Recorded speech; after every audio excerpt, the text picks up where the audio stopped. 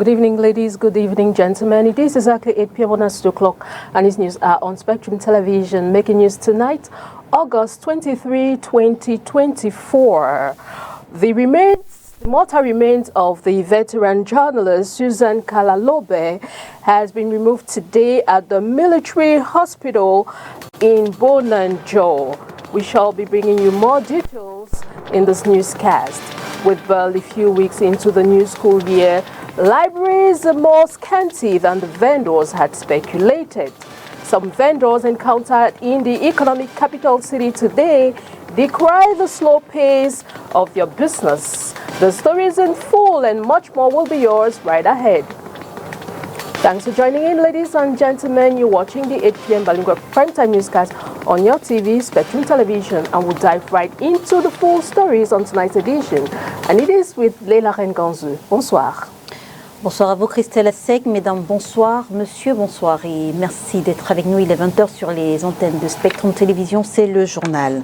Vendredi 23 août 2024, levée de corps de Suzanne Kalalobe à l'hôpital militaire de Douala.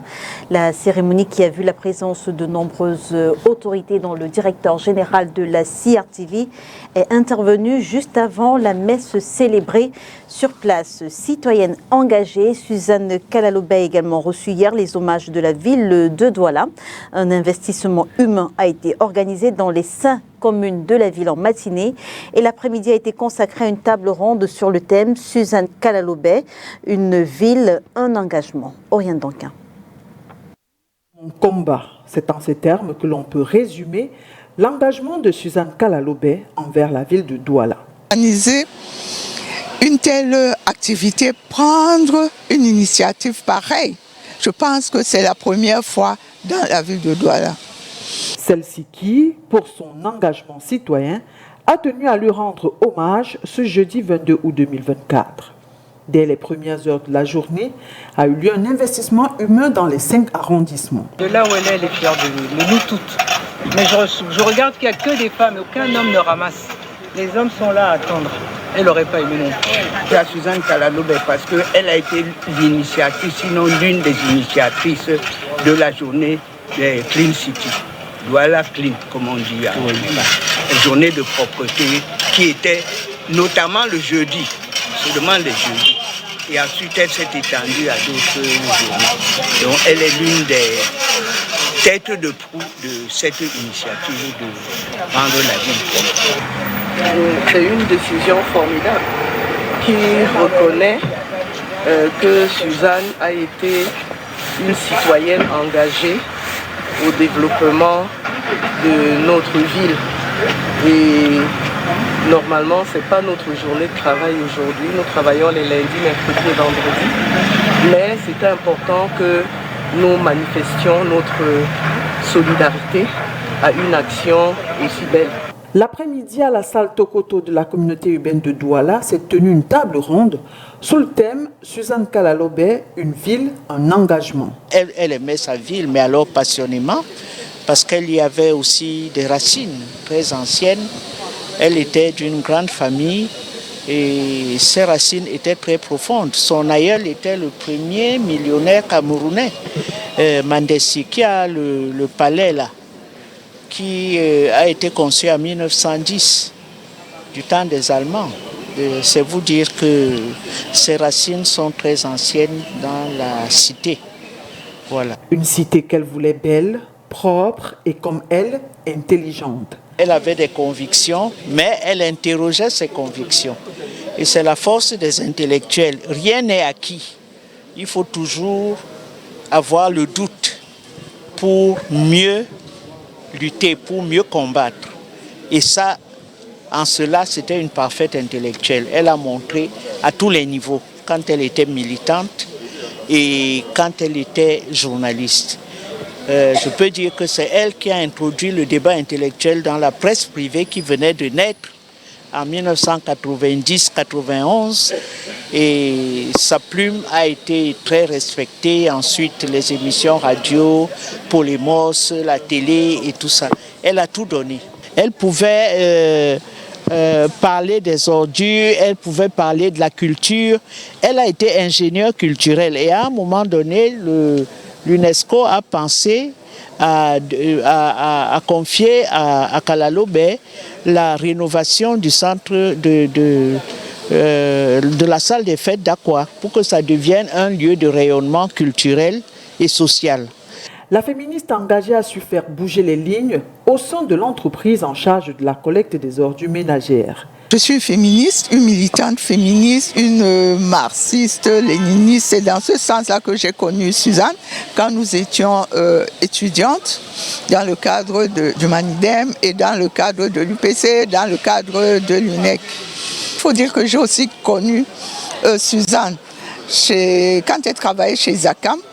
Elle est passée à Marois où nous avons passé toute une journée ensemble. C'est après son départ que Zakam avait recruté des femmes. Imaginez des femmes travaillant chez Zakam dans l'extrême nord. Décédée le 1er août 2024 des suites de maladies, Suzanne Kalalobé sera conduite à sa dernière demeure ce samedi 24 août 2024, ici à Douala. Et pendant la table rendre hommage à Suzanne Kalalobé, de nombreuses connaissances se sont montées au pupitre. Je vous propose d'écouter ces quelques témoignages. Engagé également dans le cadre de l'association des Amis de la ville de Douala pour l'hygiène et la salubrité de la ville, pour la mise en place d'un cadre de vie agréable pour tous les citoyens sans exclusive. En ce sens, je peux dire qu'elle était un précurseur de l'opération que nous menons actuellement, celle de Douala Clean City, qui veut elle aussi asseoir plus d'hygiène, de salubrité de la ville et rendre la ville de Douala plus attractive. Suzanne Kalalobé aimait profondément la ville de Douala. C'est pour cela qu'elle s'est engagée et la ville tient à la remercier et lui rendre hommage pour cet engagement. Il est important, je crois, qu'elle puisse servir d'exemple à beaucoup d'autres pour la manière de servir la ville, parce que beaucoup attendent simplement que la ville fasse quelque chose pour eux. Elle n'a pas attendu que la ville fasse quelque chose pour elle. Elle a fait quelque chose pour la ville. C'est ça la leçon. Rentrée au Cameroun, elle a fait le même cheminement. Henriette disait tout à l'heure qu'elle a commencé par une lettre fracassante sur le choix de son parti politique. Mais très rapidement, elle s'est lancée aussi dans le journalisme. Tout en étant engagée politiquement, l'UPC Mandem et le Mandem après.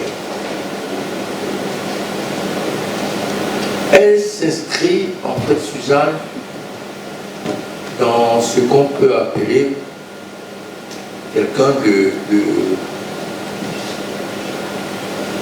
bizarre, dans ce sens que tu ne savais, ou on ne savait jamais qu'est-ce qui intéresse fondamentalement Suzanne. Est-ce le journalisme? Est-ce l'activité citoyenne? Est-ce la politique? Est-ce le sport? Parce qu'elle en faisait beaucoup. Et c'est en cela qu'elle était une personnalité particulière. Bon, elle se distinguait spécialement dans cette activité citoyenne par son impertinence. Suzanne n'a jamais rencontré les sentiers battus. Alors si tu voulais lui chercher des histoires, il fallait l'amener dans les sentiers battus. Parce que les sentiers battus, c'est pour les paresseux. Figurant parmi les acteurs majeurs du champ des médias à Douala, à travers la presse écrite, la radio et plus tard la télévision, Suzanne Kalalobé, pendant 2 décennies, s'est invitée au quotidien dans les habitats des Camerounais et en particulier dans ceux des Doualais, créant une proximité hertzienne digitale qui lui vaudra d'être appelée ça et là Massou, avec une tendresse non feinte qui renforcera ce sentiment d'appartenance à la ville et de mise en responsabilité vis-à-vis de celle-ci. La passionnée de la ville s'investit et met en évidence une de ses compétences, car oui, elle en avait plusieurs, Et la compétence dont je voudrais parler maintenant est celle du management culturel. Parce que très peu le savent, mais elle avait un MBA en management culturel. Ainsi donc, cela lui a permis de participer à la structuration de plusieurs grands événements, notamment le festival jazz dans la rue à Daido, Jazz dans la rue, dénommé ainsi, qui, grâce à sa renommée, à ce côté très facile, du contact facile, accueillera tour à tour des bassistes de renommée mondiale, notamment André Manga, Étienne Mbappé, mais aussi et surtout l'immense Manu Dibango qui aura fait le déplacement et joué dans une petite rue de Daido. Et tout cela, on le doit évidemment à Suzanne Kalalobé qui était seule capable de faire un tel exploit. Une belle aventure. Je ne saurais terminer mon propos sans parler de Suzanne, la journaliste, la consoeur. Je sais que ma grande sœur Henriette Ekoué et mon frère Eric Omeboutou en parleraient bien mieux que moi. Mais je vais faire une petite entorse au cadre qu'on m'a donné pour conclure. Je voudrais juste me limiter à sa plume, que ce soit à la télé, à la radio ou dans la presse écrite. Les textes signés de la plume de Suzanne Kalalobé étaient un festival d'érudition et des feux d'artifice de sagacité. Suzanne était solaire, elle était flamboyante. Comprenez-moi, il m'est impossible de parler de Suzanne Kalalobé au rabais. On ne peut parler de cette femme d'exception avec des superlatifs. Quand Suzanne entreprenait de faire une communication, elle la toilettait, elle endimanchait, l'assaisonnait avec différents ingrédients que la linguiste qu'elle était savait mijoter pour la rendre savoureuse. Chaque fois que Suzanne rendait une copie, elle mettait du chocolat dessus. Et ce vendredi a eu lieu l'inhumation de Suzanne Kalalobé dans sa concession à Bali. Pour rappel, la journaliste éditorialiste née le 16 janvier 1953 à Douala est décédée le 1er août 2024 à l'hôpital militaire de Douala, d'où repos Suzanne Kalalobé inhumée ce vendredi. Lutte contre la consommation de la drogue. Les organisations de la société civile appellent les médias à plus d'actions pour sensibiliser les populations camerounaises. C'est le sens à donner à une rencontre qui vient de se tenir dans la capitale politique du Cameroun. Je vous propose de faire le point avec Olivier Bouzic. Et donc, dans le cadre de cette mission, nous pensons que nous avons un rôle important à jouer dans le cadre de cette campagne de sensibilisation des populations sur la consommation responsable de l'alcool.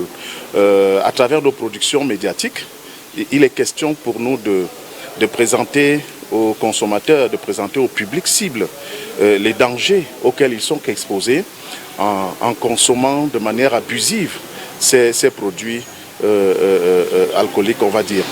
Maintenant, au-delà de ces informations, il faut également dire que nous sommes des acteurs de plaidoyer.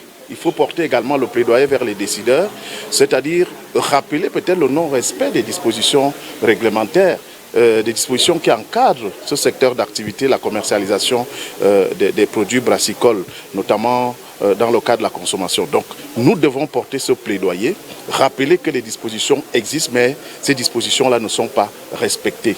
C'est important. Ça nous amène, je crois que ça va amener les décideurs à prendre un certain nombre de décisions. Maintenant, il faut également présenter peut-être l'insuffisance de ce cadre juridique autour de la consommation de l'alcool. Peut-être que pour que les gouvernants, pour que les décideurs prennent d'autres dispositions, qu'ils veillent pour empêcher, faire en sorte que les populations ne soient pas victimes d'un certain nombre de maladies auxquelles ils sont exposés en consommant de manière abusive les produits brassicoles.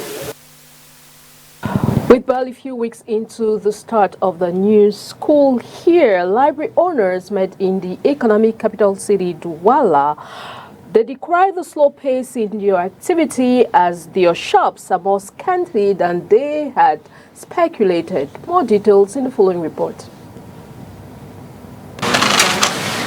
Barely few weeks into the new school year, libraries are more scanty than vendors had speculated. This vendor encountered in the economic capital today decries the slow pace of business. Les années précédentes, à pareil moment, on avait... Few years back, at this point in time, we already had parents flooding into our shops.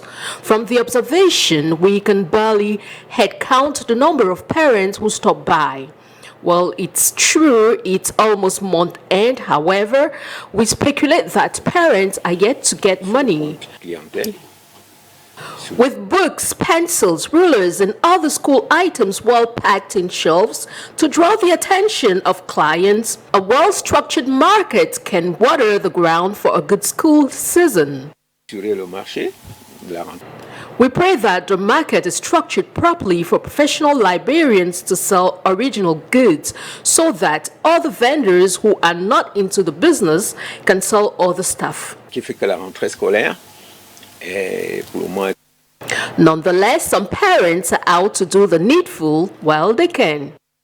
Éviter l'embouteillage. Avoid the rush hour and purchase the available school items since all items are not yet available, so the child can begin the new school year. Avant la rentrée scolaire.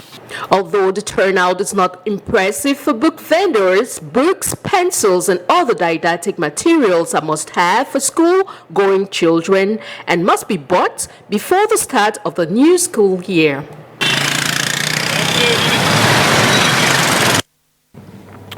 Coopération camerounaise monde islamique, quel enjeu, quelle retombée? Les réponses à ces questions sont contenues dans le nouvel ouvrage du professeur Souleymane, dédicacé à Yaoundé. L'auteur universitaire propose également des moyens pour améliorer cette relation bilatérale vieille de plus de 50 ans. C'est une incursion dans l'une des plus anciennes coopérations que le Cameroun entretient avec ses partenaires internationaux, la radioscopie de la relation stratégique avec l'organisation islamique. Le livre porte la signature du professeur Souleymane, auteur, enseignant d'université, qui jouit d'une parfaite maîtrise du fonctionnement du monde islamique. Le Cameroun fait partie des membres de l'organisation de la coopération islamique. Le Cameroun y a adhéré en 1974 et aujourd'hui en 2024, cela fait 50 ans.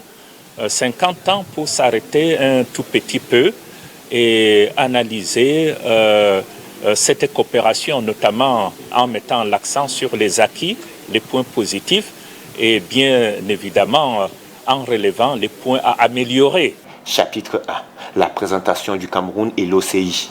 Ici, l'auteur parle des contours et enjeux d'une coopération de longue date qui a produit des résultats palpables que l'auteur vante pour s'en réjouir. C'est une coopération dynamique, une coopération basée sur le modèle gagnant-gagnant. Et aujourd'hui, si nous prenons le cas de la Banque islamique de développement, le portefeuille actif avoisine les 600 milliards de francs CFA qui sont injectés dans les transports, la communication, l'agriculture, le social et l'énergie. Aucune coopération n'étant parfaite, dans la suite, l'auteur développe sur plusieurs chapitres pourquoi et comment cette relation bilatérale peut être améliorée, tout au moins au niveau de la partie camerounaise. En insistant sur les fonds de contrepartie, en supprimant les lourdeurs administratives, en ratifiant certains traités et en donnant bien sûr une impulsion au sommet. Aujourd'hui, le Cameroun s'apprête à accueillir la conférence des ministres des Affaires étrangères. Pourquoi est-ce que le Cameroun ne pourrait pas dans l'avenir accueillir le sommet islamique qui est l'instance suprême de l'OCI? L'ouvrage dédicacé à Yaoundé a reçu témoignage d'une vague de lecteurs, universitaires et personnalités clés des échanges entre le Cameroun et l'organisation islamique. Avec VOA, nous faisons à présent le round-up de l'actualité africaine. Plus de 455 000 doses de vaccins supplémentaires vont être envoyées au Soudan pour aider le pays à affronter une nouvelle épidémie de choléra, a indiqué l'Organisation mondiale de la santé ce vendredi. Selon l'OMS, 658 cas et 28 décès ont été signalés jusqu'à présent dans 5 États du Soudan, avec un taux de létalité élevé de 4,3%. Au Gabon, un premier cas de Mpox a été confirmé par le gouvernement. Le Mpox a été détecté chez un homme de 30 ans vivant au Gabon et ayant séjourné ces 2 dernières semaines en Ouganda, pays impacté par l'épidémie. L'ONU se dit préoccupée par les informations faisant état de la mobilisation des troupes à Tripoli et de menaces de recours à la force pour résoudre une crise concernant le contrôle de la Banque centrale. La situation politique et militaire en Libye s'est rapidement détériorée au cours des 2 derniers mois, selon un responsable onusien. Au Burkina Faso, Human Rights Watch dénonce l'utilisation abusive d'un décret pour punir des magistrats. 7 juges ont été réquisitionnés pour participer aux opérations de sécurité du gouvernement contre les groupes armés islamistes. And we remain with our international partners, the Voice of America. 27-year-old Andrei Davis says this is his second time in prison. This December, I was arrested and began serving my sentence here, 5.5 years for theft. Since Davis is serving time for a minor crime and has a record of good behavior, he lives not in a prison cell but in a barracks-type room with access to a gym. But he would rather serve in the army. This is a chance to start all over again. I could be a contract soldier, so my relatives and friends would be able to say their son or brother defends the country. This is very motivating. Under a new law signed in May, certain prisoners get a shot at parole if they enter a contract to serve in Ukraine's armed forces. Since the first day of the invasion, Ukrainian convicts have been writing us and assured us they would be more useful at the front. But Olena Vysotska, Ukraine's deputy justice minister, says only certain inmates qualify. We have a lot of filters. No one will be able to get to the front if he doesn't really want to or has doubts. Those who have committed crimes against security and defense, crimes of particular brutality, violence, or rape, cannot go through such a procedure. A candidate must also pass a medical check and pass an interview with a unit commander. We have representatives who go directly to prisons, talk and get characteristics of the prisoners. Doroshenko says some former inmates cleared under the new law are already serving in the brigade. They perform tasks on a par with everyone else. They are motivated and they understand where they are going, who they are going with, and what will be there. The Deputy Justice Minister says inmates who join must also agree to certain restrictions. The law limits the term of the contract. It cannot be shorter than the end of martial law in the country. Also, scheduled leave for recruits is cancelled. Violation of the terms of the contract and refusal to serve is punishable by 5 to 10 years of imprisonment. Under the contract, the salaries for former inmates will be the same as those for other soldiers, says Vysotska. Another reason why Davis says he wants to join the military. Right now, he is waiting for recruiters to see if he qualifies to serve his homeland. Lesia Bakalets, VOA News, Kyiv.